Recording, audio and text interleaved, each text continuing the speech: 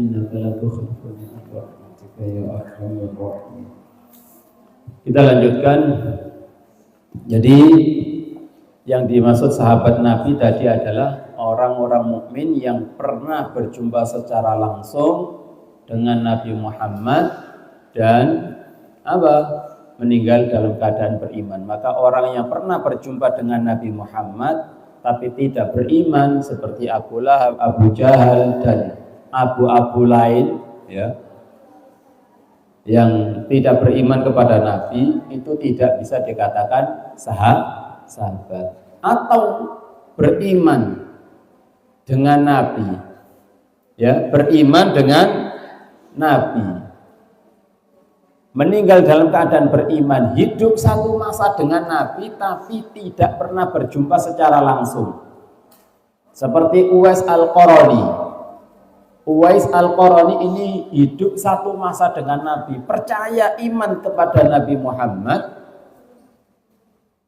tapi tidak pernah berjumpa secara langsung, karena Uwais Al-Qarani ini tinggal di Yaman. Beliau ini tidak bisa dikatakan sahabat sekalipun hidup satu masa dengan Nabi, beriman kepada Nabi, tapi beliau karena khidmah berbakti kepada ibunya saat itu sehingga tidak bisa jauh-jauh dari ibunya, sibuk merawat ibunya.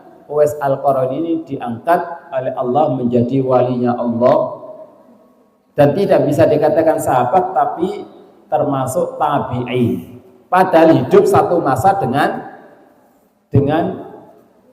Nabi Muhammad. Kayak sampean ini, kalian hidup satu masa dengan presiden ya, Presiden Prabowo, ya kan? Presiden kita saat ini adalah Presiden Prabowo. Kalian hidup di masa pemerintahan Presiden Prabowo tapi tidak berjumpa secara langsung dengan Pak Prabowo. Sekalipun kalian mempercayai bahwa Presiden Republik Indonesia adalah Pak Prabowo, tapi karena kalian tidak berjumpa secara fisik, secara langsung, sekalipun hidup satu masa dengan Pak Prabowo ya, maka tidak disebut sahabat Pak Prabowo. Mungkin cuma pendukungnya Pak Prabowo aja dalam Pilpres kemarin ya. Jadi seperti itu. Itu contoh gambaran sederhananya. Jadi orang yang beriman tapi mimpinya tidak langsung seperti melalui mimpi juga tidak bisa dikatakan sahabat Nabi. Jadi pengertian sahabat Nabi tadi itu orang yang beriman kepada Nabi, meninggal dalam keadaan iman kepada Nabi Muhammad sallallahu alaihi wasallam dan berjumpa secara langsung, bukan melalui mimpi. Jumlah sahabat Nabi itu pada saat Rasulullah sallallahu alaihi wasallam meninggal atau wafat itu berjumlah 124.000. Dari jumlah sahabat Nabi saat Rasulullah wafat itu berjumlah berapa?